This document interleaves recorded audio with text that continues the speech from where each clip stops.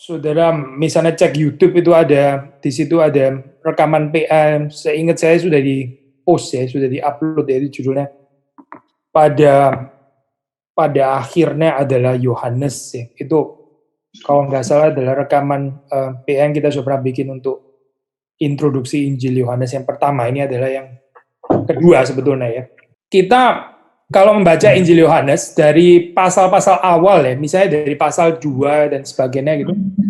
Ini satu Injil yang jelas ditulis dengan satu kesadaran perspektif penulisnya itu sendiri berada setelah kematian dan kebangkitan Kristus. Jadi ini adalah satu ingatan ke belakang seperti yang dikatakan di dalam pneumatologi atau doktrin Roh Kudus dari Injil Yohanes. Di situ kan dikatakan bahwa Roh Kudus itu akan mengingatkan kita ya apa yang sudah diajarkan oleh Kristus. Nah, itu betul-betul dinyatakan di dalam Injil Yohanes ini. Maksudnya begini, saya kita tahu semua Injil yang lain ya, seperti kita tahu memang semua Injil yang lain juga pasti semuanya ditulis setelah kematian dan kebangkitan Kristus. Itu ya, sesuatu yang kita bisa assume secara safe gitu ya. Tapi di dalam keunikan Injil Yohanes ini terlebih lagi, karena waktu kita membaca tulisannya, kita akan mendapati bahwa penulis daripada Injil Yohanes ini betul-betul memasukkan kalimat-kalimat ya yang kita bisa membaca bahwa itu adalah perspektif setelah kematian dan kebangkitan Yesus Kristus. Yang mana kalau saudara bandingkan dengan Injil Markus atau Injil yang lain misalnya, itu nggak seperti ini, nggak seperti dalam Injil Yohanes.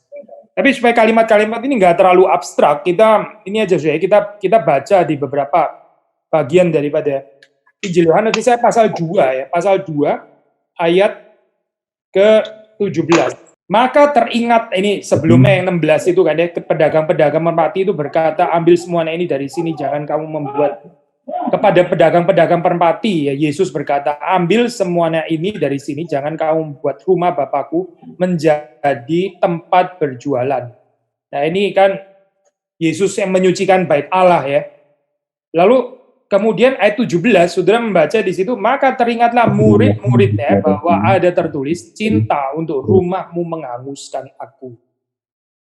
Jadi kalau sudah melihat di sini janji bahwa Roh Kudus akan mengingatkan apa akan membuat make sense apa yang dikerjakan oleh Kristus, itu kan baru di dalam pasal belakangan ya, Yohanes pasal belasan gitu. Tapi di dalam ayat 2 ini kita sudah membaca bahwa Roh Kudus sudah membuat murid-murid itu sadar.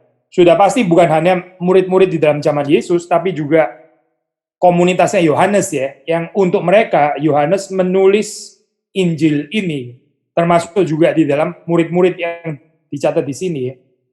Mungkin satu bagian lagi yang lebih jelas lagi, yaitu ayat 22 ya. Atau saya baca dari ayat 20 ya. Lalu kata orang Yahudi kepadanya, 46 tahun orang mendirikan bait Allah ini dan engkau dapat membangunnya dalam 3 hari. Tetapi yang dimaksudkan Yesus dengan bait Allah ialah tubuhnya sendiri. Nah terus 22. Kemudian sesudah ia bangkit dari antara orang mati, barulah teringat oleh murid-muridnya bahwa hal itu telah dikatakannya dan mereka pun percayalah akan kitab suci dan akan perkataan yang telah diucapkan Yesus. Ya, sudah membaca di sini dalam ayat 22 ya. Ini kan cerita murid-muridnya yang kemudian teringat tentang perkataan Kristus kapan, yaitu ya setelah Yesus mati dan bangkit. Tapi di sini Yohanes sudah mencatat pada pasal yang kedua. Ya ini sesuatu yang bukan karena kekeliruan kronologis ya, tapi ini intentionally, bahwa Injil Yohanes ini memang bukan hanya ditulis, tapi juga mau dibaca ya. Maksudnya penulisnya ini menghendaki pembacanya untuk melihat itu betul-betul dari perspektif setelah kematian dan kebangkitan Kristus. Itu jelas sekali ya, di dalam ayat yang ke-22 ini. Karena cerita setelah Yesus bangkit dan mati, murid-muridnya teringat dan sebagainya, itu dicatat sudah pada pasal yang kedua dan bukan pada pasal yang ke-20 gitu misalnya ya. Tapi sudah pada pasal yang kedua. Nah di sini kita melihat sekali lagi bahwa Roh Kudus itu waktu pembaca daripada Injil Yohanes ini, katakanlah Johannine Community, ya, gerejanya Yohanes, komunitas Yohanes, membaca Injil ini, itu Roh Kudus sudah membawa mereka kepada pengertian perspektif setelah kematian dan setelah kebangkitan Kristus. Roh Kudus yang sama ya, seperti kita membaca di dalam pasal 14, kita membaca juga di dalam pasal 16. Di situ kalau dalam bahasa Indonesia kan diterjemahkan ya Parakletos penghibur gitu ya. Semuanya diterjemahkan penghibur. Sebenarnya istilah Parakletos itu bisa punya spektrum of meanings, ini range of meanings yang cukup luas ya. Jadi bukan cuma penghibur sih pasti termasuk di dalamnya gitu. Tapi juga bisa di dalam pengertian pendamping, bisa juga berfungsi role sebagai penafsir, hermeneut, pengajar, ya, teacher yang mewakili kita berbicara kepada Tuhan, pembela, dan juga saksi daripada Kristus. Kita mau membaca beberapa ayat dalam hal ini ya. Mari kita baca misalnya Yohanes pasal 14. Yohanes pasal 14 kita membaca ayat 15 sampai 17, lalu kemudian 26 ya. Kita membaca Yohanes 14 ayat yang ke-15 sampai 17 terlebih dahulu. Saya membaca, "Jikalau kamu mengasihi aku, kamu akan menuruti segala perintahku. Aku akan minta kepada Bapa dan Ia akan memberikan kepadamu seorang penolong yang lain." Di sini pakai istilah penolong, supaya Ia menyertai kamu selama-lamanya, ya, yang menyertai, pendamping, penyerta, yaitu Roh kebenaran. Dunia tidak dapat menerima Dia sebab dunia tidak melihat Dia dan tidak mengenal Dia. Tetapi kamu mengenal Dia sebab Ia menyertai kamu dan akan diam di dalam kamu. Jadi yang menyertai kita, yang diam di dalam kita, ini Yohanes 14, 15 sampai 17. Lalu kita membaca ayat 26. Tetapi penghibur, nah di sini pakai istilah penghibur, yaitu Roh Kudus yang akan diutus oleh Bapa dalam namaku. Dialah yang akan mengajarkan segala sesuatu kepadamu dan akan mengingatkan kamu akan semua yang telah kukatakan kepadamu. Jadi Roh Kudus ini sebagai pengajar dan juga pengingat ya. Dan ini sudah terjadi dalam pasal-pasal awal tadi seperti yang kita sudah bahas ya, pasal 2 tadi. Sebenarnya bukan cuma di dalam pasal 2 ya, kalau sudah mau mencatat di bagian lain itu pasal 12 ayat 16, pasal 13 ayat 7, termasuk juga di dalam pasal-pasal akhir seperti pasal 20 ayat 9. Di situ Roh Kudus itu memang sudah bekerja dan memberikan ingatan ya, sehingga murid-murid itu bisa mengerti apa yang Yesus lakukan. Jadi sekali lagi dari perspektif setelah kematian dan kebangkitan Kristus. Lalu kita membaca ini ya, selain mengajar, selain mengingatkan, kita membaca lagi dari pasal yang ke-15 ayat 26. Pasal 15 ayat 26. Saya membaca 15 ayat 26. "Jikalau penghibur yang akan kuutus dari Bapa datang, yaitu Roh kebenaran yang keluar dari Bapa, Ia akan bersaksi tentang aku." Jadi Roh Kudus di sini adalah saksi Kristus, yang akan menyaksikan Kristus. Ayat 27 saya baca, "Tetapi kamu juga harus bersaksi, karena kamu dari semula bersama-sama dengan aku." Jadi Roh Kudus di sini berfungsi sebagai saksi Kristus, sekaligus juga menjadi pendamping kita, ketika kita juga menyaksikan Kristus. Jadi bersama dengan Roh Kudus kita menyaksikan Kristus. Ini pasal 15 ayat yang ke-26. Lalu pasal 16, kita membaca ayat 7, kita membaca ayat yang ke-7, dan seterusnya. "Namun benar yang kukatakan ini kepadamu adalah lebih berguna bagi kamu jika aku pergi. Sebab jikalau aku tidak pergi, penghibur itu tidak akan datang kepadamu. Tetapi jikalau aku pergi, aku akan mengutus Dia kepadamu. Dan kalau Ia datang, Ia akan menginsyafkan dunia akan dosa, kebenaran, dan penghakiman. Akan dosa karena mereka tetap tidak percaya kepadaku, akan kebenaran karena aku pergi kepada Bapa dan kamu tidak melihat aku lagi. Akan penghakiman karena penguasa dunia ini telah dihukum." Lalu 13, "Tetapi apabila Ia datang, yaitu Roh kebenaran, Ia akan memimpin kamu ke dalam seluruh kebenaran, sebab Ia tidak akan berkata-kata dari dirinya sendiri, tapi segala sesuatu yang didengarnya, itulah yang akan dikatakannya, dan Dia akan memberitakan kepadamu hal-hal yang akan datang. Ia akan memuliakan aku, sebab Ia akan memberitakan kepadamu apa yang diterimanya daripadaku. Segala sesuatu yang Bapa punya adalah aku punya, sebab itu aku berkata, Ia akan memberitakan kepadamu apa yang diterimanya daripadaku." Nah, dari ayat-ayat yang kita baca tadi ya, kita mendapatkan sekelompok arti gitu, jadi range of meanings ya, tentang Roh Kudus itu fungsinya seperti apa gitu. Jadi jelas lebih luas daripada istilah penghibur yang seringkali dipakai di dalam terjemahan bahasa Indonesia itu. Jadi dia juga penghibur, pendamping, penafsir, pengajar, dia akan menyertai kita, dia juga akan mewakili kita, dia adalah saksi, dan seterusnya. Kita bisa baca di dalam pasal 14, 15, dan 16. Kemudian Roh Kudus ini juga yang membawa kita, ya, Roh Kudus ini juga adalah yang membawa kita untuk bisa melihat, bisa mengerti kesatuan Bapa dan Anak. Kesatuan Bapa dan Anak.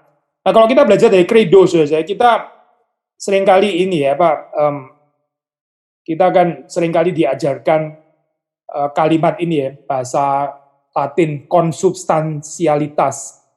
Consubstantiality between the Father and the Son.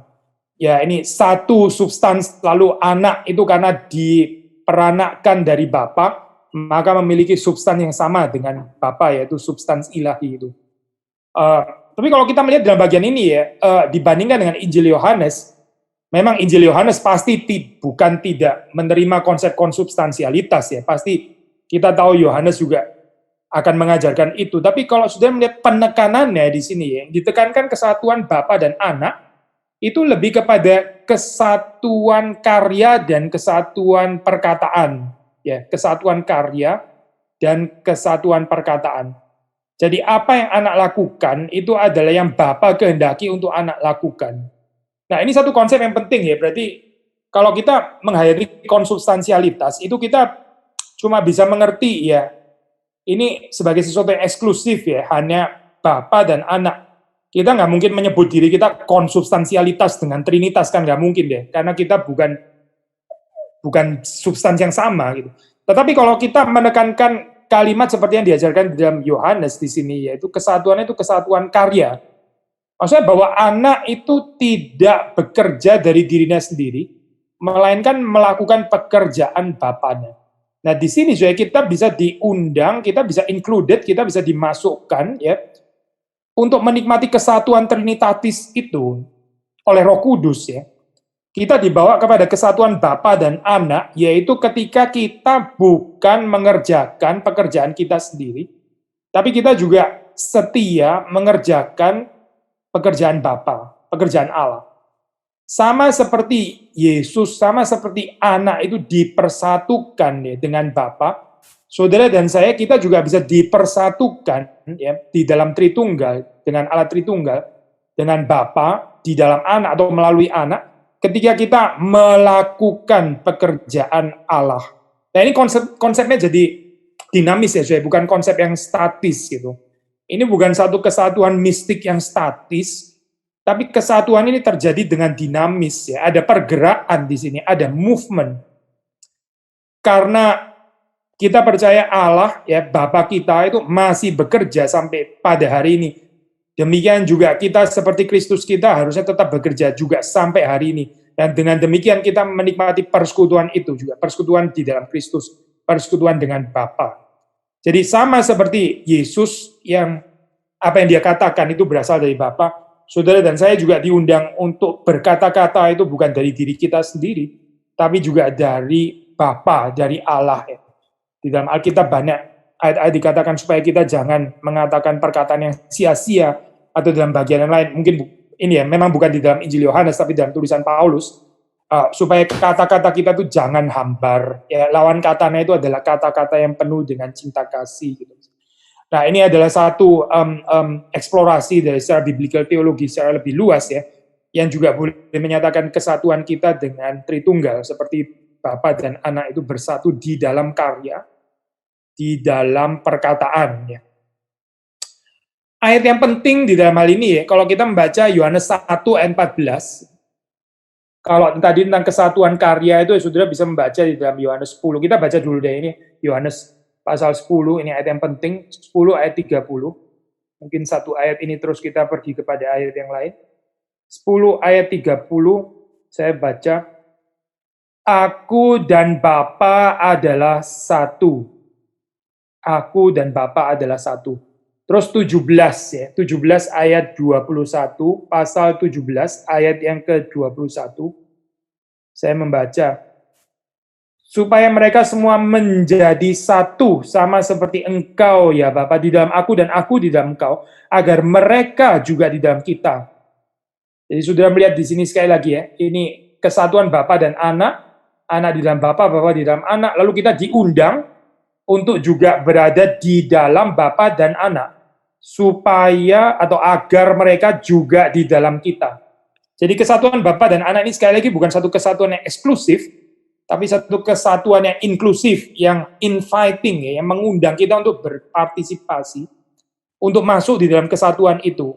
Bagaimana? Yaitu dengan kita berbagian di dalam karya Allah Tritunggal.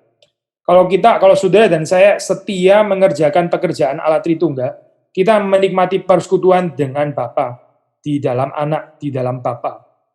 Tadi yang saya mau katakan adalah ayat Yohanes pasal 1 ayat 14, ini adalah pembukaan ya, teks pembukaan yang sifatnya itu programatis.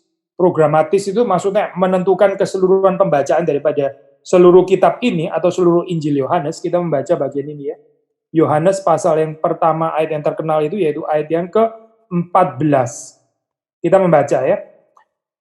Firman itu telah menjadi manusia dan diam di antara kita, dan kita telah melihat kemuliaannya, yaitu kemuliaan yang diberikan kepadanya sebagai anak tunggal Bapa, penuh kasih karunia dan kebenaran. Jadi ini bicara tentang inkarnasi.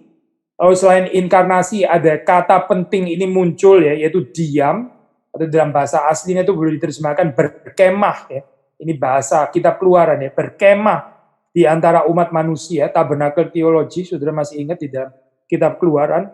Lalu juga kita melihat kemuliaannya. Ya, kalau sekali lagi saudara membaca kitab Keluaran, saudara juga akan banyak mendapati istilah melihat kemuliaan Allah. Seeing the glory of God, itu penting sekali ya di dalam kitab Keluaran. Nah, di sini dikatakan lagi kita melihat kemuliaannya, yaitu kemuliaan yang diberikan kepadanya, kepada Anak, sebagai anak tunggal Bapa, yang penuh kasih karunia dan kebenaran. Jadi sepanjang Injil ini kita melihat apa? Ya ini, melihat kemuliaan Bapa yang dinyatakan di dalam diri Anak, di dalam ketaatan Anak, di dalam kesatuannya dengan Bapa, baik kesatuan perkataan maupun kesatuan karya atau kesatuan pekerjaan. Berbeda dengan Injil-Injil yang lain ya, ini seperti kayak seolah-olah Yohanes itu salah taruh gitu ya, tanda kutip, yaitu cleansing of the temple, itu ditaruh di dalam bagian awal. Biasanya saudara tahu kan ya, ini bagian di dalam Injil sinoptik kan, penyucian daripada temple ini kan ditaruh di dalam bagian akhir, yaitu waktu Yesus masuk Yerusalem kan ya, lalu kemudian dia di sana akan mati di atas kayu salib. Tapi Yohanes menaruhnya pada pasal yang kedua. Nah, apa ini artinya? Kalau saudara membaca di dalam konteksnya, saudara akan mendapati di situ bagian ini ya, memang nggak disusun secara kronologis ya, betul, nggak disusun secara kronologis, tapi theological message di situ yang mau disampaikan adalah pembersihan atau penyucian dari tempel ini sebetulnya sudah menunjuk kepada karya keselamatan Kristus, salib dan kebangkitannya. Dengan demikian kita membaca bahwa cerita tentang penderitaan Kristus ya, meskipun itu ya dikemas di klimaksnya memang dinyatakan pada bagian akhir, tapi cerita penderitaan ini ya, maksudnya berita salib, teologia crucis, teologi salib ini sudah dari awal-awal dari pasal Yohanes sudah jelas sekali ya di dalam hal ini. Misalnya kalau kita baca di dalam Yohanes pasal 2, ya kita membaca Yohanes pasal 2 ini ya, kan mulainya dari ayat yang ke-14 tentang Yesus yang menyucikan bait Allah. Ya kita baca sepintas 14, 15, 16 ya. Lalu 17 tadi kita sudah baca. Lalu 18 itu orang-orang Yahudi menantang Yesus, katanya, tanda apakah dapat engkau tunjukkan kepada kami bahwa engkau berhak bertindak demikian, yaitu ini ya, menjungkir balikan meja, membersihkan, menyucikan bait Allah. Lalu Yesus mengatakan ayat 19, rombak bait Allah ini dan dalam 3 hari aku akan mendirikannya kembali. Ini kan jelas bicara tentang kematian dan kebangkitannya ya. Padahal baru di pasal 2. Lalu kata orang Yahudi kepadanya, 46 tahun orang mendirikan bait Allah ini dan engkau dapat membangunnya dalam 3 hari. Tetapi yang dimaksudkannya dengan bait Allah ialah tubuhnya sendiri. Lalu ayat ke-22, kemudian sesudah ia bangkit dari antara orang mati, barulah teringat oleh murid-muridnya bahwa hal itu telah dikatakannya, dan mereka pun percayalah akan kitab suci dan akan perkataan yang telah diucapkan Yesus. Nah, saudara membaca di sini bahwa langsung ditafsir ya, ini penyucian bait Allah ini langsung ditafsir menunjuk kepada kematian dan kebangkitan Kristus. Sudah dicatat ya di dalam pasal yang kedua, langsung dikomentari pada saat itu juga. Jadi saudara akan mendapati waktu membaca Injil Yohanes ya, berbeda dengan Injil Markus misalnya, saudara akan mendapati bahwa sekali lagi rujukan tentang kematian, tentang kebangkitan ya, penderitaan Kristus, itu sudah dimulai dari pasal-pasal awal, bukan hanya pada pasal belakangan lalu baru dikatakan itu. Tapi pada pasal awal kita sudah bisa melihat jejak daripada teologi salib itu ya, sangat jelas di dalam hal ini gitu. Demikian juga waktu kita membaca misalnya dalam pasal yang ke-13 ya, itu tentang Yesus yang membasuh kaki dari murid-muridnya ya, ini juga sudah tahu di dalam bagian ini kan ini satu perikop yang penting ya, karena kalau Injil Yohanes itu dibagi dua, maka kita melihat sampai dengan pasal 12 itu sampai dengan pasal 12 akhir, di situ adalah pelayanan Yesus Kristus kepada publik, kepada khalayak ramai, kepada orang banyak, dan kemudian diakhiri dengan ketidakpercayaan itu ya, kalau saudara baca pasal 12 akhir. Nah, mulai pasal yang ke-13, saudara membaca di situ Yesus melakukan pelayanan secara lebih intens kepada murid-muridnya. Jadi ini ya pelayanan Yesus kepada murid-muridnya. Kalau sampai kepada pasal 12 itu pelayanan Yesus kepada publik ya. Jadi pelayanan kepada murid-muridnya ini dimulai dengan tindakan membasuh kaki ya, membasuh kaki dari murid-murid. Nah, ini sejalan dengan spirit inkarnasi, ini juga sejalan berita salib ya. Ini adalah satu gerakan ya. Movement of love, satu gerakan cinta ya, yang mengunjungi kita yang berada di bawah. Jadi kalau sudah membaca di dalam cerita Yesus membasuh kaki murid-muridnya, ini adalah tindakan cinta, tindakan melayani, tindakan mengasihi dari yang berasal dari atas, lalu gerakannya itu menuju ke bawah. Nah, ini satu konsep yang juga sangat penting ya di dalam Injil Yohanes. Nanti mungkin kita akan lebih detail pada bagian ini, yaitu Injil Yohanes ini sangat terkenal memakai konsep atau paradigma dualisme ya, paradigma dualisme konstitutif ya ini ya, dualisme ini. Maksudnya apa, Zoe? Maksudnya kita melihat waktu firman itu menyatakan dirinya, waktu Yesus memberitakan kebenaran dan sebagainya, di situ ada penerimaan, ada penolakan. Ada yang percaya, ada yang tidak percaya. Nah, ini dualisme kan berarti ya. Dualisme yang biblical maksudnya ya. Ada pemberitaan kebenaran, tapi juga ada orang yang lebih suka untuk berada di dalam dusta. Dusta di sini maksudnya artinya di dalam Injil Yohanes itu bukan ini ya, saya bukan gosip, hoax atau fitnah atau apa. Dusta itu maksudnya lawannya kebenaran. Di dalam Injil Yohanes itu artinya adalah orang yang lebih suka untuk mengenal dirinya secara keliru. Karena kebenaran itu waktu diberitakan membawa orang melihat dirinya sendiri itu berdosa, melihat dirinya sendiri itu ternyata adalah orang-orang yang tidak merdeka alias diperbudak. Nah, ini adalah satu respons yang benar ya seharusnya. Tetapi kita membaca di sini orang-orang Yahudi, orang-orang Israel menolak pengertian ini, mereka lebih suka berada di dalam dusta. Maksudnya dusta yaitu adalah pengenalan diri yang salah. Seperti kita juga lebih suka mungkin di dalam hal ini untuk melihat diri kita itu secara salah, tapi nggak painful, daripada kita berjumpa dengan kebenaran, kebenaran terus kemudian menelanjangi kita, membongkar kita, menerangi kita bisa nggak siap dengan hal seperti itu, kita lebih suka defense, kita lebih suka merasionalisasi kelemahan-kelemahan kita menjustify apa yang kita lakukan padahal itu jelas-jelas salah di hadapan Tuhan dan seterusnya dan seterusnya. Nah, ini termasuk di dalam kategori itu ya, bukan kebenaran tetapi dusta. Jadi kita melihat ada banyak paradigma dualisme ini digunakan dalam Injil Yohanes ya. Misalnya di dalam pasal 1 ayat 13, di situ dikatakan bahwa orang-orang percaya itu adalah dari Allah. Orang-orang yang percaya itu dari Allah. Mereka itu mendengar firman Allah, mereka itu melakukan kehendak Allah. Mereka adalah anak-anak terang, ya. Mereka berasal dari kebenaran. Nah, sebaliknya, ya kita membaca dunia itu ada di dalam ketidakpercayaan. Jadi anak-anak Allah itu percaya, tapi dunia ini menolak dan tidak percaya, disbelief. Orang-orang yang tidak percaya itu adalah dari dunia ini. Ya. Sementara Yohanes mengatakan yang percaya itu adalah dari Allah, yang tidak percaya itu dari dunia. Dan bukan cuma itu, Yesus juga mengatakan dengan keras bahwa bapa mereka itu adalah iblis. Ya.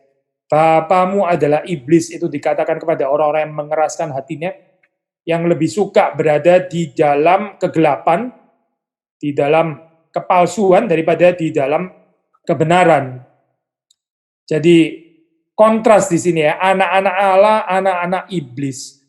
Tapi kita mesti mengerti dualisme ini bukan di dalam pengertian yang statis ya, satu-satu stempel mati yang nggak bisa dirubah lagi begitu saya. Tapi seperti kita sudah pernah membahas ya di dalam khotbah, kalau sudah masih ingat, ini adalah satu undangan sebetulnya gitu. Waktu dikatakan bapamu itu sebetulnya adalah iblis. Ini bukan dari selama-lamanya dan sampai selama-lamanya itu bapamu selalu iblis. Sudah nggak ada lagi kemungkinan untuk bertobat bagi kamu. Bukan itu maksudnya, sudah. Ini bukan satu gambaran yang terus kemudian disoroti dari perspektif misalnya ya kedaulatan Allah yang sudah nggak bisa berubah ya selama-lamanya. Bukan itu maksudnya Yesus mengatakan kalimat itu. Ini adalah satu kalimat yang mau menyadarkan mereka bahwa kalau mereka tetap di dalam dosa, waktu mereka tetap mencintai kegelapan, tetap suka berada di dalam dusta. Nah itulah bapamu itu adalah iblis.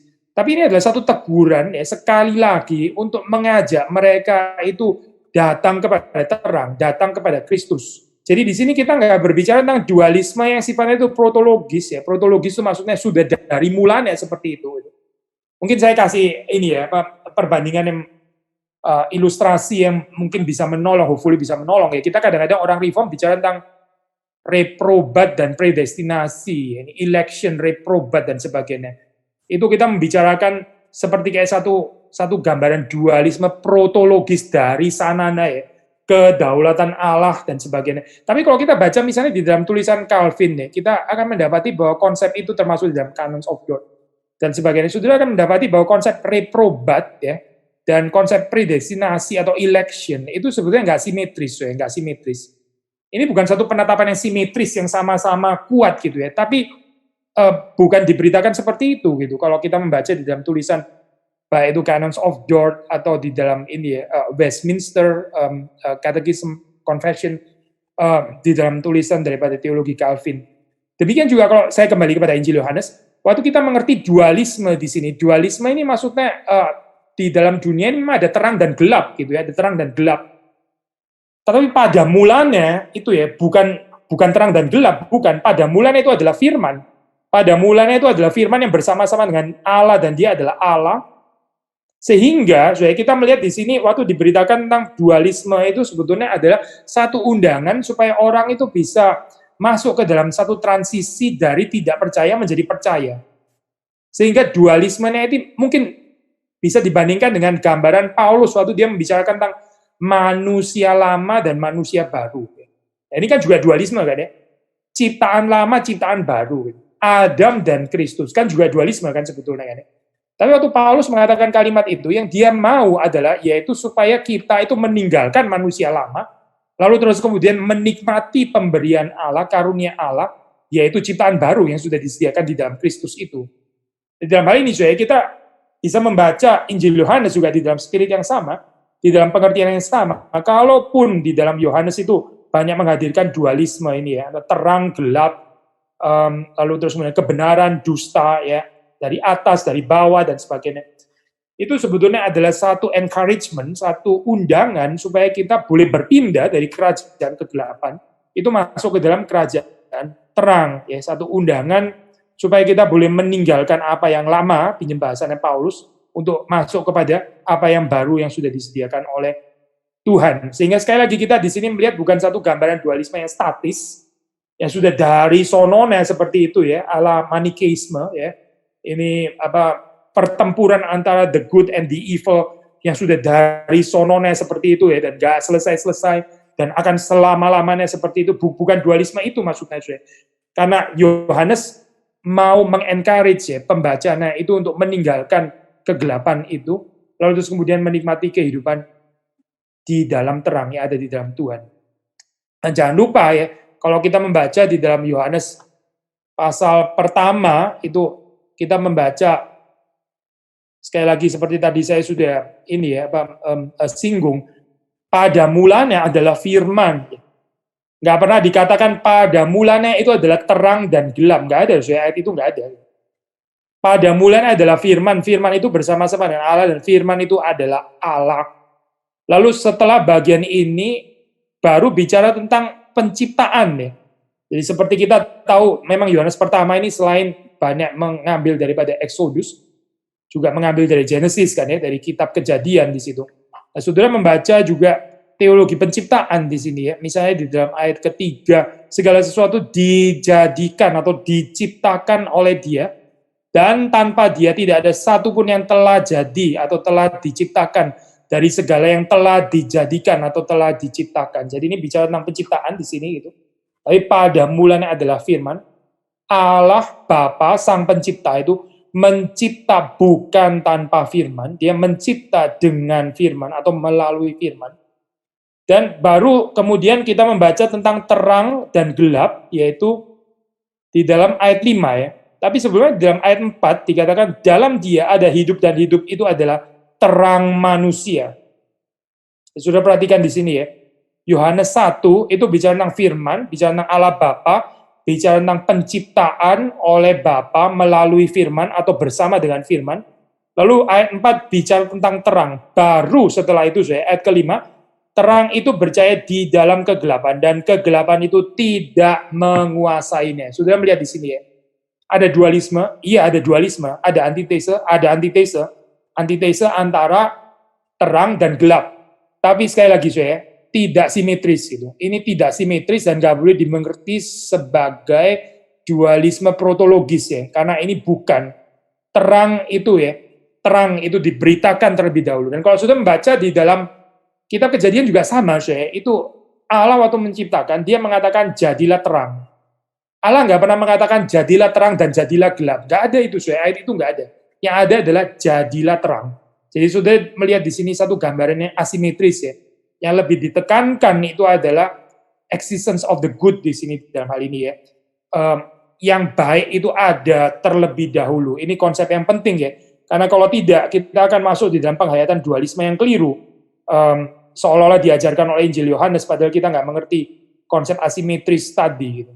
Dan bukan hanya itu ya, bahkan istilah dunia ya, istilah dunia kosmos yang satu sisi bisa dipakai secara negatif, bahkan sangat negatif. Tapi saudara juga membaca misalnya di dalam Yohanes, ya ayat yang paling terkenal itu Yohanes pasal 3 ya di situ ya. Pasal 3 ayat 16 yang sangat terkenal itu, karena begitu besar kasih Allah akan dunia ini ya. Allah mengasihi dunia ini ya.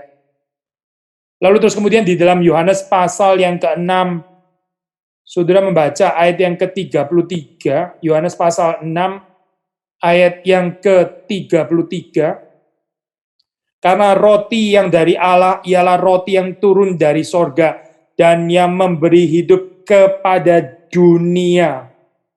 Yesus adalah roti yang turun dari sorga, memberi hidup bagi atau kepada dunia. Ya.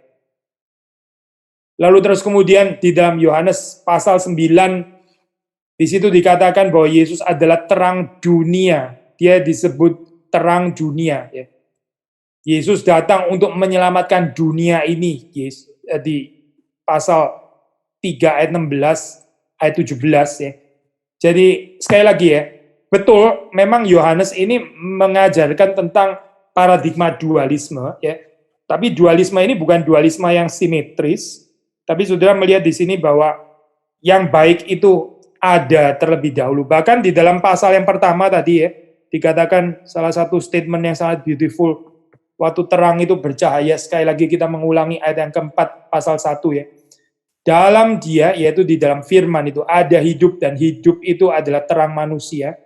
Terang itu bercahaya di dalam kegelapan. Kegelapan itu tidak menguasainya.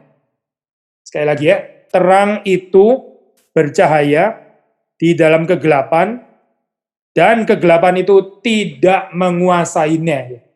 Jadi ini bukan terang versus kegelapan yang nggak selesai-selesai, yang selalu draw, yang nggak pernah jelas siapa yang menang, siapa yang kalah, dan sebagainya. Tapi ini jelas sekali di dalam ayat yang kelima itu dikatakan kegelapan itu tidak menguasai terang. Sekali lagi, dualisme betul, iya, itu ajaran di dalam Injil Yohanes, tetapi tetap bukan sesuatu yang sifatnya itu simetris atau paralel di dalam hal ini ya. Lalu selain itu kita juga membaca di dalam Injil Yohanes ya, konsep atau dimensi ruang, ini juga sangat penting ya, dimensi ruang. Nah, ini sesuai dengan gambaran ancient world ya, gambaran dunia kuno itu, apa ya ini saya, world view atau world picture ya, apa ya bahasa Inggris saya, gambar dunia di dalam pengertian kosmologi kuno pada saat itu ya. Mereka berpikir secara ruang gitu. Jadi di sini ada yang di atas itu mewakili yang divine, lalu terus kemudian yang earthly, yang di bumi itu yang di bawah. Jadi ada yang di atas, ada yang di bawah. Sehingga waktu sudah membaca di dalam Yohanes itu ada dimensi ruang seperti ini ya. Misalnya kita membaca 8 ayat 23, kita membaca Yohanes pasal 8 ayat yang ke 23. Saya membaca di sini. Lalu ia berkata kepada mereka, kamu berasal dari bawah, aku dari atas, kamu dari dunia ini, aku bukan dari dunia ini. Sudah membaca di situ ada dari atas, ada dari bawah gitu ya. Ada yang dari atas yaitu Yesus, yang dari bawah yaitu ciptaan yang sudah jatuh di dalam dosa ini ya, yang akan ditebus setelah itu. Di dalam Yesus, langit dan bumi itu dipersatukan. Sekali lagi ya, ini adalah konsep temple theology, seperti yang ada di dalam kitab Keluaran, seperti di bait Allah itu adalah connecting point between heaven and earth, langit dan bumi ya, di situ dipersatukan, itu di dalam bait Allah itu.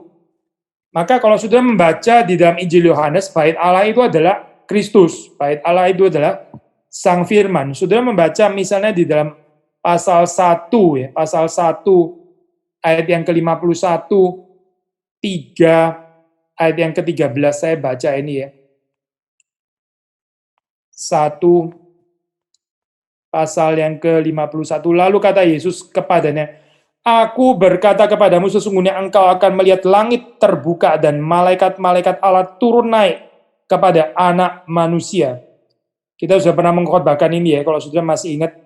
Ini kan merujuk kepada anak tangga Yakub yang dia bermimpi itu ya. Itu waktu itu disebutkan di dalam kitab Kejadian bahwa malaikat-malaikat Allah itu turun naik kepada anak tangga itu. Dan di sini Yesus mengatakan malaikat-malaikat Allah turun naik kepada anak manusia. Berarti yang di dalam mimpinya Yakub ya, tangga itu adalah Kristus sebetulnya. Yaitu yang menghubungkan antara langit dan bumi itu adalah Kristus. Yang dilihat Yakub di dalam perjanjian lama ya, yang kepadanya malaikat-malaikat itu turun naik, itu sebetulnya menunjuk kepada Yesus Kristus. Lalu kita membaca 3 ayat yang ke-13 ya, 3 ayat yang ke-13 kita membaca di sini, tidak ada seorang pun yang telah naik ke sorga selain daripada dia yang telah turun dari sorga, yaitu anak manusia. Jadi Yesus ini adalah satu-satunya mediator yang menghubungkan antara bumi dan langit, antara sorga dan dunia ini. Sebaliknya, manusia yang natural human ya, yang sudah jatuh dalam dosa ini, itu selalu memperhatikan apa yang di bawah. Ya, dia merujuk kepada apa yang di bawah. Kita tadi membaca di dalam Yohanes pasal 8 ayat yang ke-23 ya. Dan manusia yang seperti ini perlu ya untuk mengalami kelahiran kembali. Ya, ini adalah regeneration. Ya.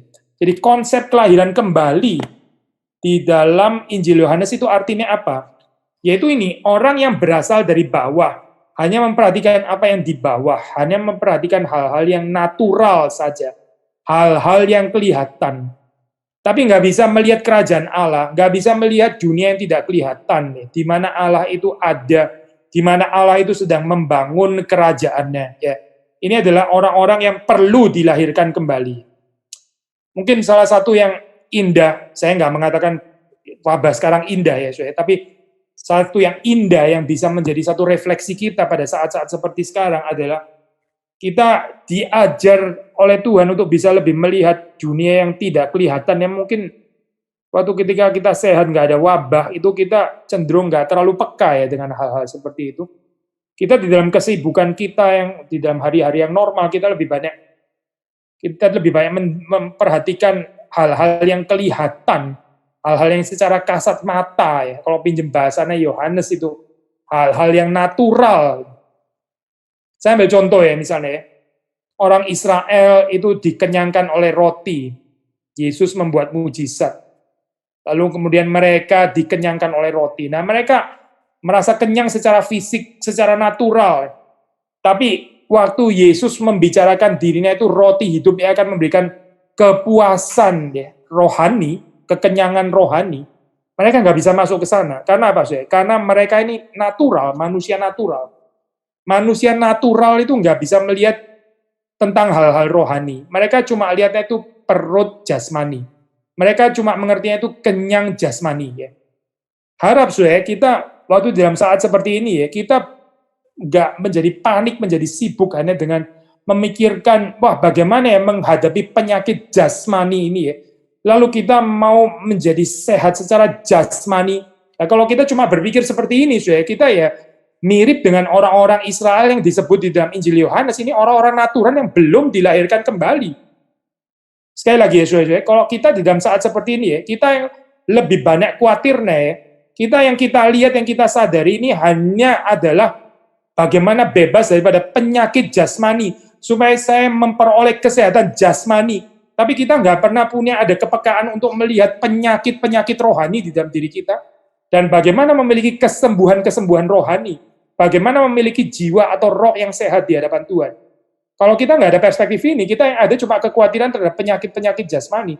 Kita sebetulnya mirip dengan orang-orang yang belum lahir baru ini yang disebut di dalam Injil Yohanes. Karena orang-orang ini hanya memperhatikan apa yang kelihatan. Tadi pagi ini saya menulis renungan tentang ini ya, tentang hari ini by the way kalau kita mengikuti kalender gereja ini adalah Annunciation Day ya. Jadi ini adalah memperingati hari pemberitahuan kelahiran Yesus kepada Maria. Itu dicatat di dalam Lukas pasal 1 misalnya, di situ saudara bisa membaca. Nah, waktu kita membaca di situ Maria itu diundang ya untuk berbagian di dalam cerita kerajaan Allah. Ada istilah kerajaan Allah di situ ya. Kerajaan yang tidak akan berkesudahan. Di mana Yesus itu akan menjadi rajanya. Tapi kalau kita melihat di dalam cerita kehidupan Kristus secara dunia kelihatan, kita akan berpikir, mana raja apa-apaan ini? Mana ada raja yang berakhir pada kayu salib? Itu bukan raja, itu namanya pemberontak. Ini adalah penghujat di dalam agama. Ini adalah orang yang gagal cita-cita politisnya dan seterusnya dan seterusnya. Kita nggak melihat kerajaan Allah hadir di dalam kehidupan Kristus kalau kita hanya melihat dunia yang kelihatan. Maka Maria ya diundang untuk berpartisipasi dalam cerita kerajaan Allah. Kerajaan yang tidak berkesudahan itu adalah kerajaan yang berbeda dengan kerajaan Romawi, berbeda dengan kerajaan Mesopotamia, Makedonia, berbeda dengan kerajaan Media Persia, Babilonia, Assyria, dan sebagainya. Ini adalah kerajaan yang tidak kelihatan. Nah, sama saya, kalau kita membaca di dalam Injil Yohanes, di sini penekanan manusia-manusia yang natural ini suka berpikir, suka khawatir, dan suka bersuka cita atas hal-hal yang kelihatan saja, yang sebetulnya seperti adalah gambaran orang-orang yang tidak atau belum dilahirbarukan. itu diundang di sini ya, diundang untuk mengalami kelahiran baru di dalam Yesus Kristus ya, oleh Roh Kudus supaya bisa melihat kerajaan Allah. Karena barang siapa yang tidak dilahirkan kembali, itu nggak bisa melihat kerajaan Allah. Tanda orang yang nggak bisa melihat kerajaan Allah itu apa sih? Sekali lagi ya, hanya melihat dunia jasmani atau dunia fisik. Seperti orang-orang Israel itu hanya puas kalau mereka perutnya kenyang ya. Atau kalau di dalam konteks kita sekarang ya, kita hanya puas kalau kita ini terhindar daripada COVID-19. Lalu terus kemudian, oh kita bisa tetap sehat dan sebagainya ya. Itu seperti cara pikir natural human being gitu, bukan orang-orang yang diperanakan kembali. Tapi saya tentu saja bukan ekstrim mau mengatakan bahwa kita dipeliharakan secara fisik itu nothing. Saya nggak mengajar itu ya, saudara jangan mengekstrimkan pandangan dengan mengatakan, oh ternyata kalau begitu ternyata hal-hal yang tidak kelihatan, ternyata hal-hal yang kelihatan itu sama sekali nggak penting. Saya nggak mengatakan itu. Saya mengatakan orang kalau hanya memperhatikan apa yang kelihatan saja, apa yang jasmani saja, apa yang fisik saja. Nah itu kalau di dalam Yohanes itu dikatakan inilah orang-orang yang belum dilahirkan kembali. Karena mereka itu gak pernah ada akses, gak pernah ada ketertarikan, dan mereka gak bisa melihat kerajaan Allah. Lalu poin yang lain lagi, di dalam Injil Yohanes kita juga mendapati bahwa konsep eskatologi di sini ya, ada satu, saya pakai istilah tanda kutip ya, kekacauan waktu, kacaunya tanda kutip ya, bukan kacau sih, tapi memang sengaja ya dibikin seperti itu gitu. Yaitu apa yang kita percaya ya di dalam masa yang akan datang itu sudah direalisasi di sini dan sekarang. Sekali lagi ya, apa yang kita percaya di dalam masa yang akan datang itu sudah terjadi di sini dan sekarang. Maka waktu sudah membaca di dalam Yohanes ada definisi tentang hidup kekal itu mulai di sini. Bukan setelah kita mati lalu terus kemudian kembali kepada Tuhan, di sorga, di Firdaus bersama dengan Yesus itu baru hidup kekal. Hidup kekal sudah mulai di sini kalau menurut Yohanes. Yaitu ketika kita mengenal anak dan mengenal Bapa yang mengutus anak, itu adalah hidup kekal. Maka kita melihat di sini penekanan eskatologi presentis ya di dalam hal ini, atau realize eskatologi. Ini adalah realita presentis, realitas saat ini. Misalnya kita membaca dari Yohanes 3, ayat yang ke-18 ya. Kita membaca 3 ayat 18. Barang siapa percaya kepadanya, yaitu kepada Yesus, ia tidak akan dihukum. Barang siapa tidak percaya, ia telah berada di bawah hukuman. Sebab ia tidak percaya dalam nama Anak Tunggal Allah. Saudara perhatikan di sini ya. Yang tidak percaya itu telah berada di bawah hukuman. Jadi ini sesuatu yang sudah terjadi ya. Bukan menunggu nanti pada penghakiman terakhir, sudah berada di bawah penghukuman. Apa yang terjadi pada zaman akhir itu sudah dicicipi di sini dan sekarang. Nah, ini konsep presentis eskatologi tadi ya. Tapi sebaliknya juga betul. Apa yang diputuskan di dalam saat ini itu akan sangat menentukan sangat menentukan masa yang akan datang. Apa yang diputuskan sekarang sangat menentukan saat yang akan datang atau waktu yang akan datang. Kita membaca Yohanes pasal 8 ayat yang ke-51, 8 ayat yang ke-51 ya. Aku berkata kepadamu, sesungguhnya barang siapa menuruti firman-Ku, ia tidak akan mengalami maut sampai selama-lamanya. Barang siapa menuruti firman-Ku, ia tidak akan mengalami maut sampai selama-lamanya. Ya. Satu janji Tuhan yang sudah bisa dinikmati di sini dan sekarang. Tadi saya bicara tentang kehidupan yang kekal ya, yang sudah dimulai di sini dan sekarang. Mungkin satu ayat lagi yaitu dari Yohanes pasal yang ke-5, kita membaca ayat yang ke-24. Aku berkata kepadamu, sesungguhnya barang siapa mendengar perkataanku dan percaya kepada Dia yang mengutus aku, yaitu Allah Bapa yang mengutus Anak, yang mengutus Yesus, ia mempunyai hidup yang kekal dan tidak turut dihukum, sebab ia sudah pindah dari dalam maut ke dalam hidup. Saudara perhatikan ya, dia sudah pindah dari dalam maut ke dalam hidup. Sudah ya, sudah di sini dikatakan ya. Berarti ini sudah terjadi gitu. Nah, ini ya, tadi kita katakan konsep waktu itu ya di dalam Yohanes. nggak tepat sih kalau kita pakai istilah kacau, bukan kacau sebetulnya ya. Tapi di sini iman itu ya bukan mengacaukan waktu, bukan. Tetapi iman itu memberikan kualitas ya, kualitas yang baru terhadap konsep waktu itu saya. Waktu itu diberikan kualitas yang baru melalui atau oleh iman. Nah, ini apa sih? Konsep ini kepentingannya apa sih? Karena mau mempersatukan ya antara murid-murid yang hidup dalam zaman Yesus dengan pembaca Yohanes dan juga untuk kita semua. Jadi apa yang sudah terjadi ya, di dalam masa kehidupan Kristus ya pada saat itu adalah menjadi satu menjadi satu basis fondasi bahwa itu juga akan terjadi bagi kita, terjadi bagi Johannine Community dan juga akan terjadi bagi kita. Mungkin salah satu contoh yang jelas itu adalah ini ya, waktu bicara tentang kebangkitan Lazarus, kita juga sudah pernah membahas di bagian ini ya. Lazarus itu kan nggak seharusnya bangkit waktu itu ya 2000 tahun lalu. Itu kan peristiwa yang seharusnya terjadi pada zaman akhir. Jadi kebangkitan itu kan seharusnya adalah ini ya, peristiwa eskatologis kan. Tapi karena Yesus mengatakan I am the resurrection and the life. Saudara perhatikan ya, dia bilang I am, dia bukan bilang I will be the resurrection and I will be the life. Tapi Yesus bilang I am. Yesus bilang I am itu berarti di sini sekarang juga ya.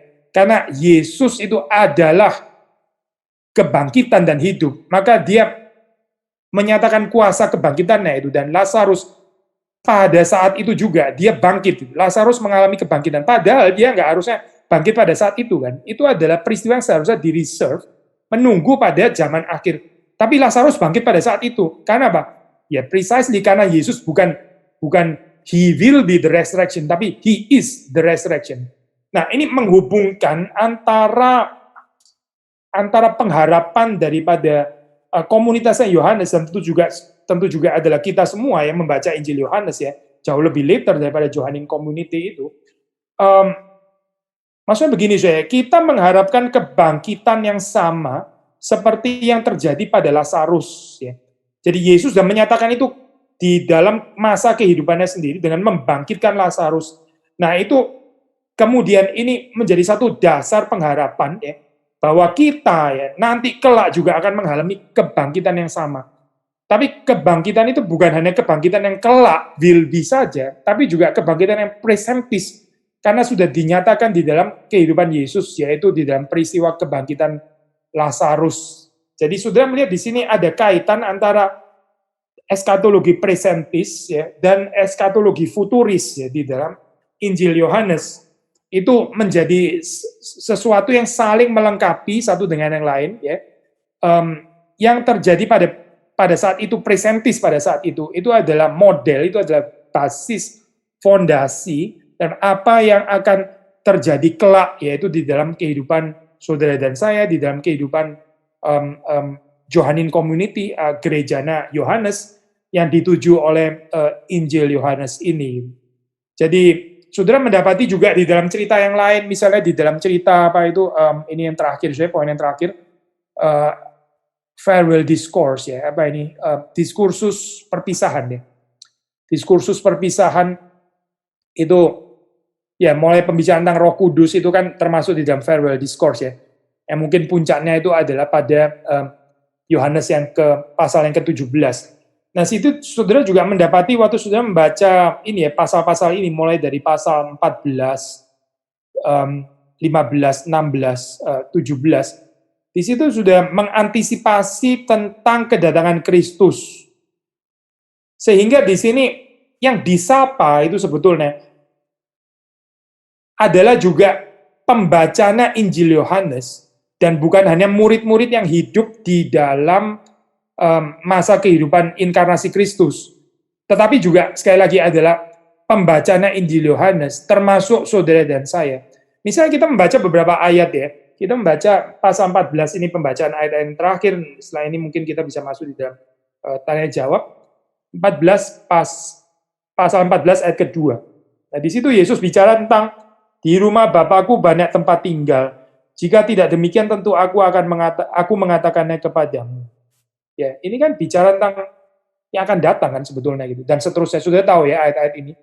Lalu 14 ayat 18 ya, ayat 18. Aku tidak akan meninggalkan kamu sebagai yatim piatu, aku datang kembali kepadamu.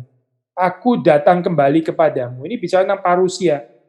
Kedatangan kembali dari Yesus Kristus ya. Lalu 20, pada waktu itulah kamu akan tahu bahwa aku di dalam Bapakku dan kamu di dalam aku dan aku di dalam kamu ya. Jadi saudara melihat di sini ya, ini kan murid-murid kan masih jauh sekali ya daripada kedatangan. Sekarang juga belum gitu kan ya. Tapi Yesus sudah mengatakan ini di dalam farewell discourse. Maksudnya apa saudara? Maksudnya ayat ini bukan hanya ditujukan bagi murid-murid yang hidup sejaman dengan Yesus, tapi ditujukan kepada pembaca Injil Yohanes, ya, Johannine Community itu, termasuk juga kepada kita yang hidup pada tahun 2020 ini sekarang, kita juga membaca ayat-ayat ini. Kita disapa oleh perkataan Yesus Kristus 2000 tahun yang lalu itu. Tetapi seperti kita sudah pernah khotbahkan, dimensi ini pun juga memiliki pengertian presentis, bukan hanya pengertian futuris. Memang waktu kita baca ini, ya pembacaan yang sederhana akan mengatakan ini adalah menunjuk kepada eskatologi futuris pasti ya. Saya baca sekali lagi ya, ayat yang ini ya, 18 tadi. Aku tidak akan meninggalkan kamu sebagai yatim piatu. Aku datang kembali kepadamu. Tinggal sesaat lagi dan dunia tidak akan melihat aku lagi. Tetapi kamu melihat aku sebab aku hidup dan kamu pun akan hidup.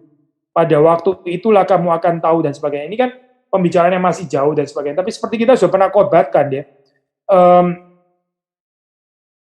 bahwa ini misalnya ya, coba sudah baca ayat 23, saya sudah pernah mengkhotbahkan ini kalau sudah masih ingat, ayat 23, jika seorang mengasihi aku, ia akan menuruti firmanku dan Bapakku akan mengasihi dia, dan kami, maksudnya Bapa dan Anak, kami akan datang kepadanya dan diam bersama-sama dengan dia. Saudara bandingkan ayat 23 ini dengan ayat yang kedua ya di sini ya. Kalau ayat yang kedua tadi, di rumah Bapakku banyak tempat tinggal. Jika tidak demikian tentu aku mengatakannya kepadamu. Sebab aku pergi ke situ untuk menyediakan tempat bagimu. Apabila aku telah pergi ke situ dan telah menyediakan tempat bagimu, aku akan datang kembali dan membawa kamu ke tempatku supaya di tempat di mana aku berada, kamu pun berada. Ini kan eskatologi futuris ya, jelas sekali ya. Tapi saudara baca di dalam ayat ke-23 ini.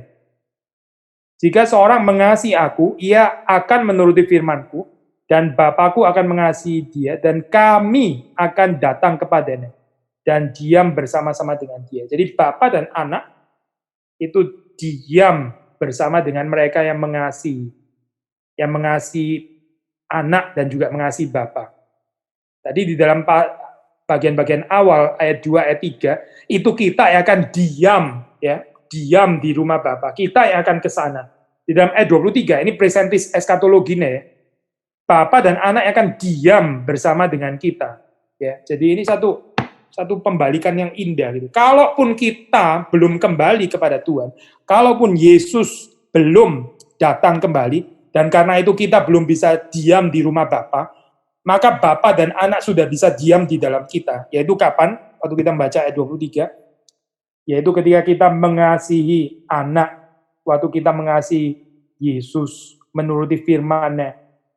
Bapa mengasihi dia. Lalu Bapa dan Anak akan datang kepadanya dan diam bersama-sama dengan dia. Jadi saudara melihat di sini, Yohanes sekali lagi mempergunakan ini ya, dialektis ya, antara presentis dan juga futuris, dan dua-duanya ini saling melengkapi. Apa yang terjadi akan datang sudah bisa dicicipi di sini dan sekarang, dan apa yang terjadi di sini juga akan mendapatkan pemenuhannya pada saat yang akan datang. Nah, ini beberapa profil yang penting ya daripada Injil Yohanes. Tentu saja masih ada poin-poin yang lain, tapi saya pikir ya sampai bagian ini mungkin cukup. Sekarang kita bisa masuk kepada tanya jawab ya. Tadi Pak Billy ada membahas mengenai hidup kekal sama dengan sudah dimulai sejak saat ini. Implikasinya adalah hal yang kita lakukan sekarang akan terus berlanjut hingga nanti. Bagaimana dengan pekerjaan pekerjaan hamba Tuhan saat nanti di sorga. Lalu bagaimana dengan pekerjaan sebagai presiden saat sudah di sorga nanti? Bukankah menjadi teokrasi? Pasti ada ini ya, pasti ada certain misteri yang kita nggak bisa mengerti sepenuhnya. Tapi yang kita mau katakan adalah kehidupan kita di sini ya dan yang akan datang itu bukan total discontinuity. Ada certain diskontinuitas, yes, tapi bukan total diskontinuitas ya. Nah ini seperti dikatakan oleh Berkhof ya. Berkhof pernah mengatakan kalau di dalam reform eskatologi itu sebetulnya lebih menekankan kontinuitas ya, sementara di dalam Lutheran itu agaknya lebih menekankan diskontinuitas. Sebetulnya to be fair sih di dalam Alkitab itu bicara dua-duanya ya, both continuity dan discontinuity, cuma kita menekankan yang mana gitu. Ya kalau sudah bicara tentang pekerjaan presiden dan sebagainya, ya di sorga apakah masih ada dan sebagainya, pemerintahan presiden dan sebagainya. Bukan cuma presiden, tapi dikatakan juga di sana kita nggak menikah seperti di dalam dunia ini ya, nggak akan punya istri suami, tetapi akan menjadi seperti malaikat di situ. Kenapa di situ disis ya, pernikahan misalnya ya? Karena ada pernikahan yang lebih tinggi, karena Yesuslah sang mempelai laki-laki, lalu kita ini adalah mempelai wanita. Jadi ini adalah the fullness ya daripada marriage kita yang ada di dalam dunia ini kan menunjuk kepada ini ya, pernikahan Kristus dengan jemaatnya. Maka di sorga kita lebih lagi menikmati kepenuhan pernikahan itu, yaitu pernikahan antara Kristus dan jemaat.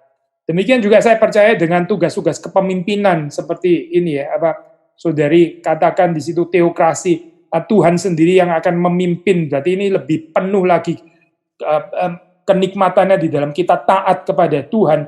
Ini kepemimpinan yang nggak ada kelemahannya sama sekali, kepemimpinan yang sempurna ya. Selama kita di dalam dunia ya ada kebaikan daripada kepemimpinan, tapi juga ada kekurangan. Nanti di surga nggak ada kekurangan sama sekali. Bagaimana dengan pekerjaan hamba Tuhan? Ya, pekerjaan hamba Tuhan, ya memang di dalam surat Korintus misalnya dikatakan bahwa pengetahuan itu akan menjadi sempurna di sana ya. Pengetahuan akan menjadi sempurna. Tetapi yang nggak akan pernah disis itu adalah kehidupan yang saling mengasihi. Jadi saya percaya di sana hamba Tuhan nggak akan kehilangan pekerjaan terus jadi nganggur, terus mulai jadi insecure, jadi krisis identitas, kok nggak ada lagi kesempatan khotbah dan sebagainya. Karena inti daripada semuanya kalau sudah membaca di dalam surat Korintus itu kan semuanya itu dilakukan karena kasih. Supaya manusia itu bisa lebih mengasihi Tuhan, supaya kita sesama manusia bisa lebih saling mengasihi. Entah itu karunia apapun, mau karunia nubuat, mau karunia mengajar, atau karunia menyembuhkan, atau karunia apapun, itu diberikan oleh Tuhan supaya kita bisa lebih saling mengasihi satu dengan yang lain, supaya kita juga lebih mengasihi Tuhan. Hamba Tuhan di sana akan tetap mengalami kepenuhan di dalam kehidupannya karena akan menikmati kehidupan yang saling mencintai dengan lebih sempurna lagi. Pak Billy, jika pada mulanya yang ada hanyalah terang, dari mana munculnya kegelapan? Ya, mungkin kita pinjem argumentasi daripada Neoplatonis ya, yang seringkali dipakai oleh Agustinus itu, termasuk salah satu penjelasan terbaik untuk menjelaskan bahwa kegelapan itu bukan substans tapi non-substans. Maksudnya itu bukan satu keberadaan tapi ketidakberadaan. Ketidakberadaan terang itu disebut gelap. Ya. Jadi gelap itu bukan sesuatu yang diciptakan gitu, tapi penarikan dari terang. Nah, Tuhan adalah Tuhan yang berdaulat tentu saja ya. Dia boleh saja menarik terangnya. Nggak ada yang mewajibkan Tuhan itu harus menerangi seluruh dunia, nggak ada. Yang mewajibkan Tuhan seperti itu nggak ada, karena dia adalah Allah yang bebas. Dia adalah Allah yang berdaulat. Waktu Tuhan menarik terangnya, itu akan terjadi kegelapan di situ, di dalam hal ini. Maka bisa mengenal Tuhan, ya bisa datang kepada terang, itu betul-betul sepenuhnya adalah anugerah Tuhan, ya itu adalah belas kasihan Tuhan. Tapi betul di dalam pengertian bahwa kegelapan itu memang bukan sesuatu yang diciptakan. Jadi kalau saudara tanya dari mana, istilah dari mana munculnya di sini ya. Kalau istilah dari mana munculnya itu dimengerti di dalam pengertian penciptaan, maka jawabannya adalah Allah nggak pernah menciptakan kegelapan gitu. Sama seperti Allah nggak pernah menciptakan kejahatan. Gitu. kejahatan itu bukan sesuatu yang diciptakan oleh Allah, bukan sesuatu yang ditimbulkan oleh Allah gitu, tapi kejahatan sekali lagi ya pakai argumentasi daripada atau penjelasan Neoplatonis yang menurut saya masih berguna meskipun ini adalah ini ya dari respons terhadap general revelation, yaitu ditariknya kebaikan itu adalah kejahatan. Maka waktu kita di dalam keadaan seperti ini ya, seperti kita sudah pernah mengatakan ya, di dalam dunia yang sudah jatuh ke dalam dosa, lalu ada penderitaan, ada sakit penyakit, ada wabah, itu sebetulnya itu adalah sesuatu yang wajar dan biasa-biasa saja. Kita orang yang bertumbuh di dalam Tuhan, kita itu harusnya tanya, kenapa kok baru sekarang ada wabah? Kenapa kok baru sekarang ada sakit penyakit yang meluas seperti ini? Berarti kebaikan Tuhan itu sudah dinyatakan begitu luas. Tapi kita mungkin kurang mengucap syukur. Tapi kita mungkin kurang merespons anugerah Tuhan. Kita baru sadar waktu itu ditarik ya. Ditarik sedikit saja oleh Tuhan. Baru kita sadar, ini loh. Keadaan default kita ya. Itu seperti ini sebetulnya gitu. Karena dunia kita itu sudah jatuh ke dalam dosa. Jadi kalau ada penderitaan, sakit, penyakit, kematian, dan sebagainya, ya ini memang sewajarnya seperti ini. Tapi kita yang masih bisa hidup, masih ada kesehatan, yang masih dipelihara Tuhan, masih diberikan nafas hidup, kita harus bersyukur kepada Tuhan, merespons anugerah Tuhan dengan benar. Pak Billy, mengapa Injil sinoptik yang lain tidak banyak menekankan keilahian Yesus Kristus daripada Injil Yohanes? Banyak mencatat akan kata-kata kekal daripada Injil sinoptik. Apa ya maksudnya kata-kata kekal ya? Banyak mencatat akan kata-kata kekal dari, saya nggak ngerti kata-kata kekal dari Injil sinoptik itu apa maksudnya. Tapi statement yang pertama juga nggak terlalu tepat ya. Maksudnya ini bukan sedang mengontraskan mencari keunikan Injil Yohanes, lalu kemudian dengan membenturkan sekontras-kontrasnya dengan Injil sinoptik. Kita mesti berhati-hati ya dengan pendekatannya seperti ini, karena harmonisasi keempat Injil itu bagaimanapun kita assume. Cuma kalaupun kita melihat ada perbedaan, ini perbedaan penekanan ya, maksudnya perbedaan profil. Jadi jangan kita mengatakan seperti kayak Injil sinoptik itu enggak atau kurang membicarakan keilahian Yesus Kristus. Ada bagian-bagian dan tidak sedikit sudah di dalam Injil sinoptik yang menyatakan tentang keilahian Yesus Kristus pasti gitu. Tapi betul juga waktu dikatakan misalnya Injil Markus yaitu memulai dengan satu gambaran, ya Yesus itu anak Allah, sudah diberikan hint gitu ya. Tapi kalau sudah melihat gambaran perjalanannya itu the way of Jesus, memang ini ya gambarannya adalah dimulai dari Yesus itu manusia yang sejati ya. Terus kemudian yang pada akhirnya ternyata dia ini adalah anak Allah. Jadi gambarannya itu adalah ini ya seperti kita sudah bahas Messianic secret ya, Messianic secret, kemesiasan Yesus itu disembunyikan gitu di dalam Injil Markus sampai kepada peristiwa salib ya, sampai salib dan kebangkitan, baru di situ dinyatakan bahwa Yesus itu sungguh-sungguh adalah anak Allah. Dia adalah Mesias yang dijanjikan itu. Di dalam hal ini ada poinnya kalau kita mengatakan ya misalnya di dalam Injil sinoptik seperti Markus nggak dengan langsung memberitahukan dengan segamblang-gamblangnya bahwa Yesus itu adalah anak Allah pada bagian pasal-pasal pertama gitu.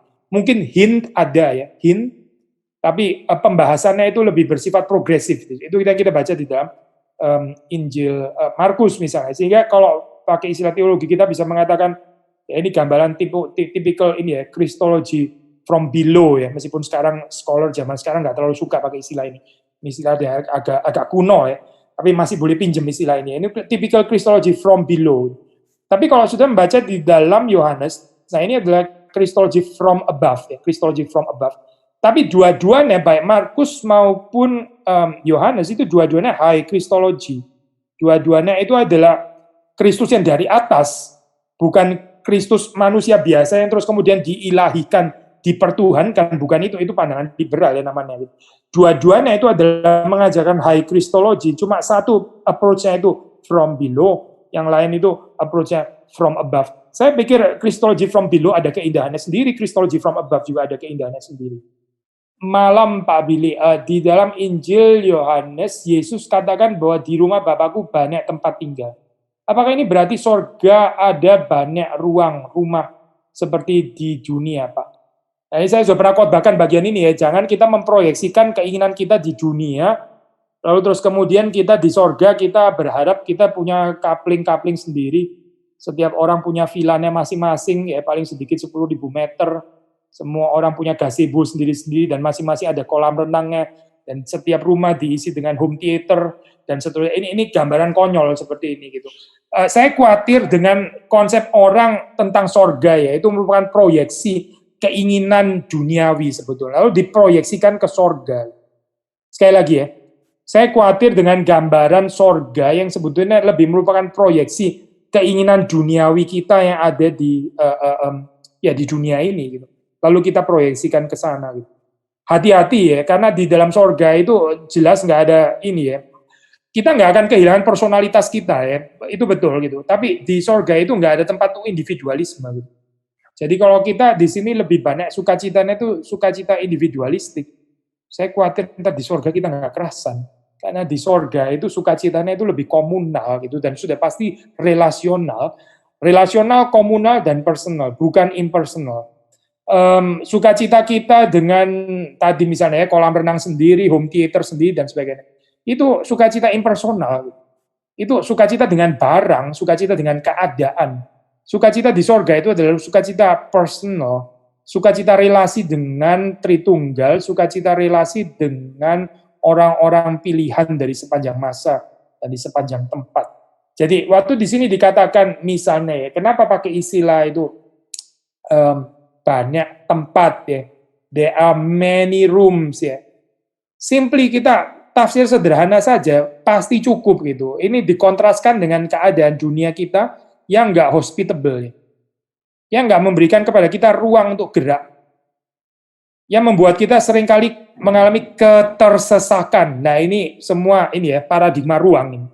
Ketersesakan, terhimpit, tergencet, dan seterusnya terpojok. Lawan katanya ya, yaitu pengharapan eskatologis di rumah Bapakku ada banyak tempat. Jadi ini cukup bagi siapa saja karena ada banyak tempat. Nah, ini sangat kontras ya dengan inkarnasi Yesus.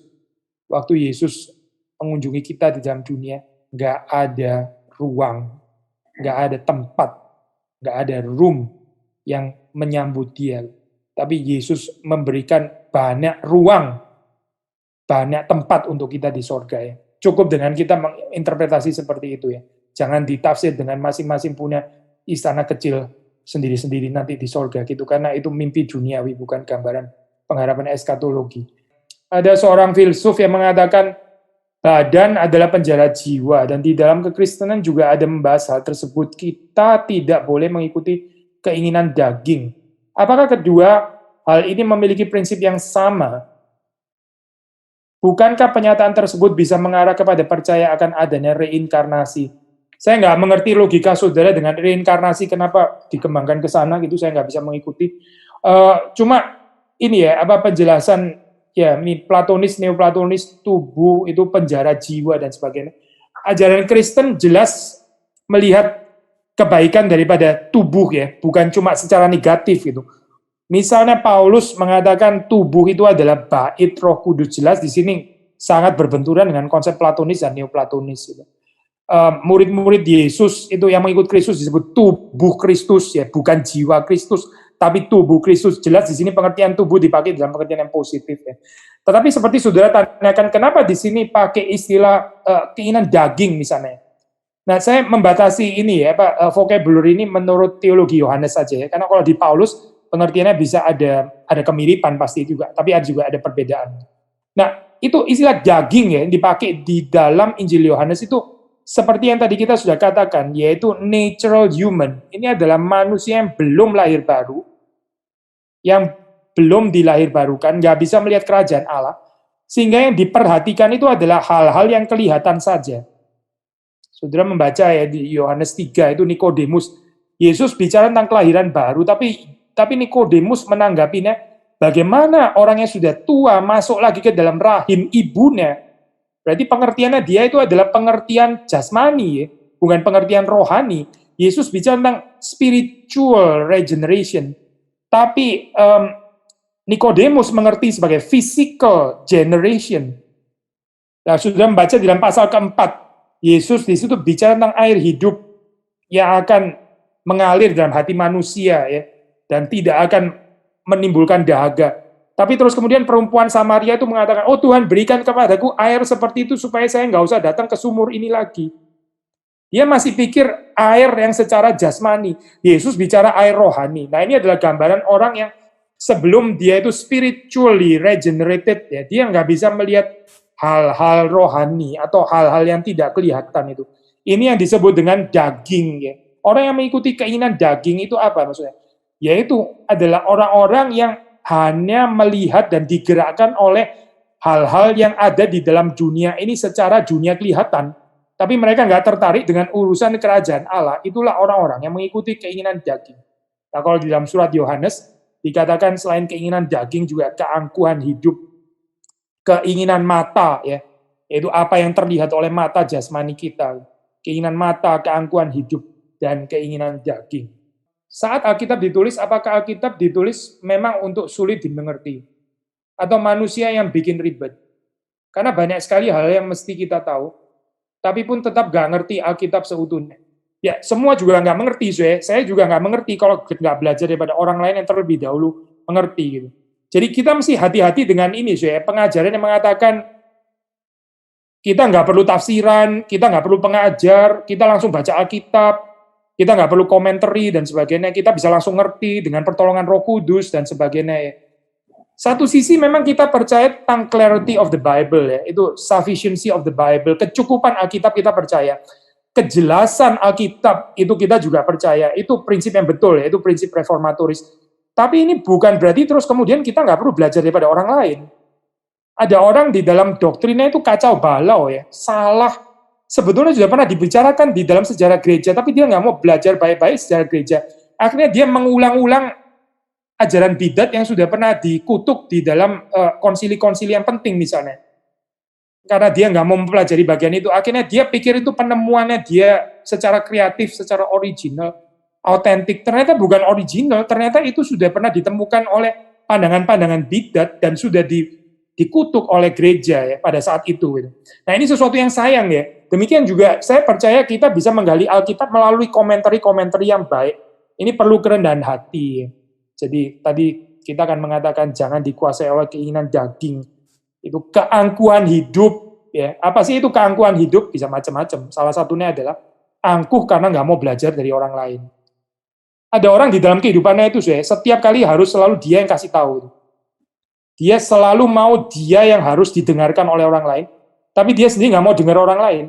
Dia selalu mau menggurui dan mengajar orang lain, tapi dia nggak punya kerendahan hati untuk belajar daripada orang lain. Orang seperti ini, hidupnya dikuasai oleh keangkuhan hidup. Salah satu tanda kerendahan hati, yaitu kita rendah hati belajar dari orang lain.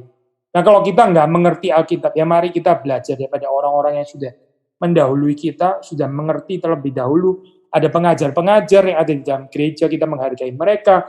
Ada orang-orang yang lebih mendahulu kita di dalam pengenalan mereka akan Tuhan, ya mungkin pemimpin kelompok tumbuh bersama, atau pemimpin small group kita, kelompok kecil kita, dan sebagainya. Kita bisa belajar dari mereka.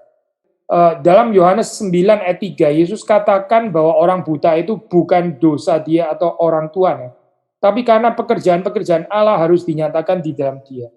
Pertanyaan saya, apakah semua orang yang terlahir cacat itu ada pekerjaan-pekerjaan yang akan dinyatakan?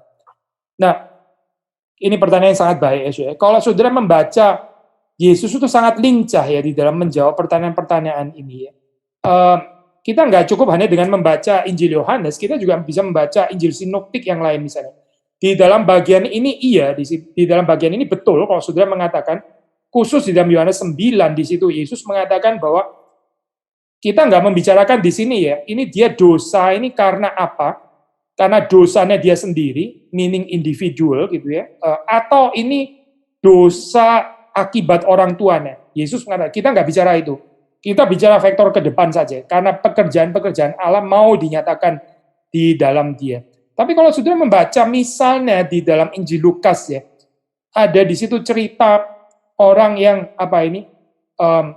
kemudian mati karena tertimpa menara, ya, tertimpa menara. Lalu ada orang yang mati terus kemudian darahnya oleh Pilatus itu dicampur dengan darah binatang lalu dipersembahkan. Itu kan kekejian ya bagi orang Israel, bagi orang Yahudi itu sungguh-sungguh merupakan satu kekejian. Tapi apa yang Yesus katakan ya? Yesus mengatakan kalimat, bukan kalimat seperti dalam Yohanes 9 ini, yang Yesus katakan adalah, sang kamu ya, orang-orang yang mati itu yang darahnya dicampur dengan darah binatang oleh Pilatus, yang mereka yang tertimpa oleh reruntuhan menara, sang kamu mereka ini dosanya lebih besar daripada dosamu. Kalau kamu tidak bertobat, kamu akan mati dengan cara yang sama, yaitu yang dikatakan oleh Yesus Kristus.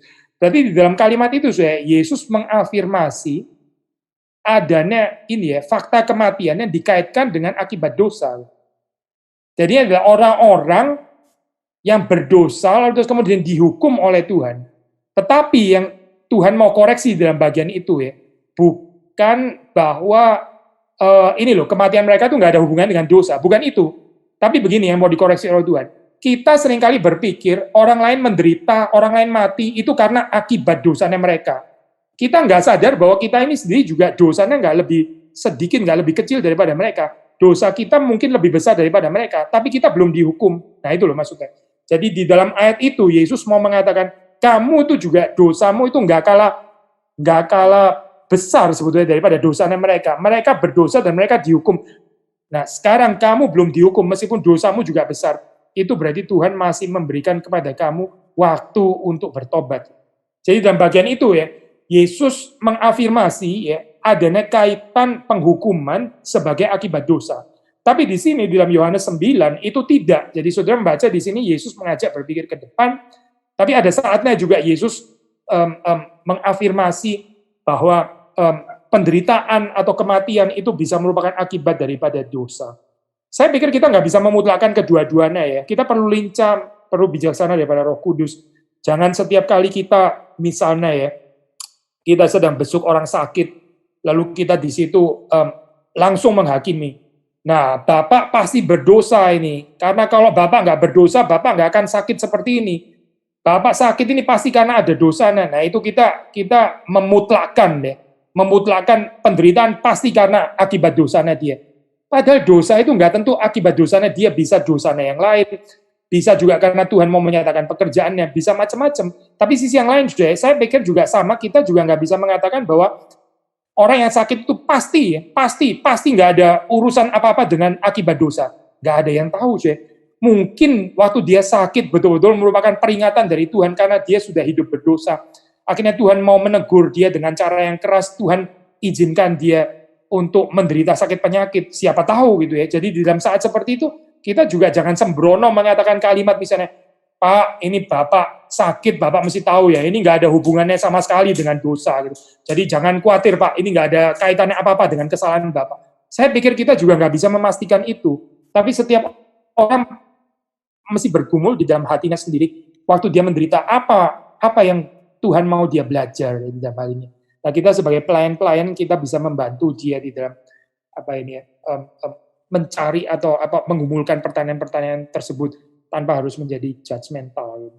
Pak Billy Rasul Yohanes terkenal sebagai Rasul kasih, dan Pak Billy juga beberapa kali menyebutkan tadi segala sesuatu harus berdasarkan kasih. Kasih tidak mengharapkan balasan. Apakah dapat dikatakan motivasi kita salah jika kita percaya karena ingin selamat? Begini ya, saya pikir kita juga nggak perlu hiper introspektif, ultra introspektif. Ya akhirnya karena kita terlalu menyelidiki motivasi kita sendiri, akhirnya kita nggak bisa menikmati kebebasan hati nurani yang juga adalah kasih karunia Tuhan. Saudara mengerti ya poin ini ya? Orang yang di dalam kehidupannya nggak ada introspeksinya sama sekali, itu bahaya. Di segala sesuatu dia pertanyakan gitu ya, misalnya dia waktu dia misalnya sedang memberikan minum kepada orang lain, terus sambil jalan, sambil dia bertanya-tanya, saya sebetulnya motivasinya apa? Ya? Benar nggak ini saya kasih minuman seperti ini? Saya ini munafik atau enggak ya? Atau saya sudah menjilat? Itu nggak ada kebebasan hati nurani ya. Soalnya kalau kita melayani seperti ini, terus melihat kepada diri sendiri, terus melihat kepada motivasi diri, kita mesti bebas daripada penghakiman terhadap diri sendiri seperti itu ya. Paulus mengatakan yang menghakimi kita itu adalah Tuhan. Dia mengatakan kalimat, malah diriku sendiri tidak aku hakimi. Sebab dia yang menghakimi aku adalah Tuhan. Jadi Paulus meletakkan dirinya itu di dalam penilaian Tuhan, bukan dia sendiri terus sibuk menilai dirinya sendiri. Maksudnya begini, saya menjawab pertanyaan saudara yang simpel ya. Kita percaya, ya memang Alkitab mengatakan ini kan janji Tuhan, barang siapa percaya dia mendapatkan kehidupan yang kekal. Gak salah, kita percaya, lalu terus kemudian ada apa setelah itu? Ya ada hidup kekal sesuai dengan janji Tuhan. Saya pikir kita nggak perlu menyelidiki. Saya betul nggak sih ini motivasi percaya saya? Jangan-jangan saya percaya karena saya mau hidup kekal. Jangan-jangan saya percaya karena saya mau punya persekutuan dengan Yesus Kristus. Nah kalau nggak ada itu memang apa? Apalagi kalau saya mesti berpikir lebih jauh lagi. Mau nggak saya tetap percaya kepada Yesus Kristus seandainya saya dilempar ke api neraka, tapi untuk menyatakan kesucian dan kemurnian iman saya tetap nggak bisa percaya kepada Tuhan yang mau melempar saya kepada neraka. Saya pikir perenungan-perenungan seperti ini, kalau kita radikalisasi, jadi nggak karu-karuan gitu. Dan juga nggak akan menolong untuk menyelidiki kemurnian iman atau kemurnian kepercayaan kita. Cukup hanya dengan berpegang prinsip janji firman Tuhan. Yesus mengatakan, barang siapa percaya kepadaku, dia mendapatkan kehidupan yang kekal. Jadi kalau kita percaya kepada Tuhan, memang janji Tuhan kita akan diselamatkan. Kita akan mengalami atau akan menikmati kehidupan yang kekal itu, yaitu mengenal Allah Tritunggal, mengenal Anak, mengenal Yesus, mengenal Bapa yang mengutus. Tapi kepercayaan kan nggak berhenti di sini ya. Bukan sesuatu yang egois seperti saudara tahan. Memang ini bukan sesuatu yang individualistik, tapi ada dimensi relasi dengan sesama, dengan our neighbor, ya, dengan our fellow human beings. Seperti saudara sendiri juga, saudari mengatakan di sini ya. Betul, setelah kita percaya seharusnya kita lebih mengasihi. Orang yang percaya itu tanda orang yang percaya, dia semakin hari semakin mengasihi Tuhan. Semakin mengasihi sesama seperti dia mengasihi dirinya sendiri. Nah, kalau itu terjadi dalam kehidupan kita ya, kita ada di sini ya, ada tanda-tanda orang pilihan, ada tanda-tanda orang yang beriman sejati.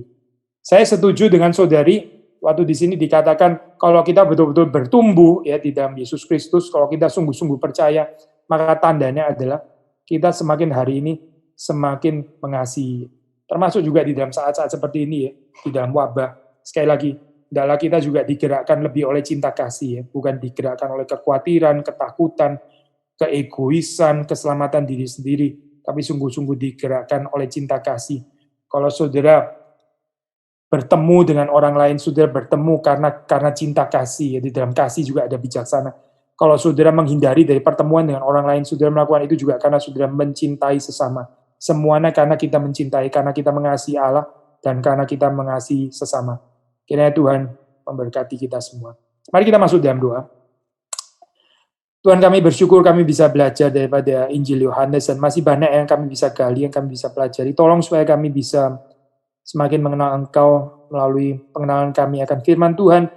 Hidupkan firman-Mu ini dalam hati kami, bukan dengan kekuatan kami, tapi Roh-Mu yang kudus, yang sudah diberikan, yang sudah dijanjikan, yang sudah dicurahkan itu, boleh memimpin kami untuk masuk ke dalam seluruh kebenaran Tuhan.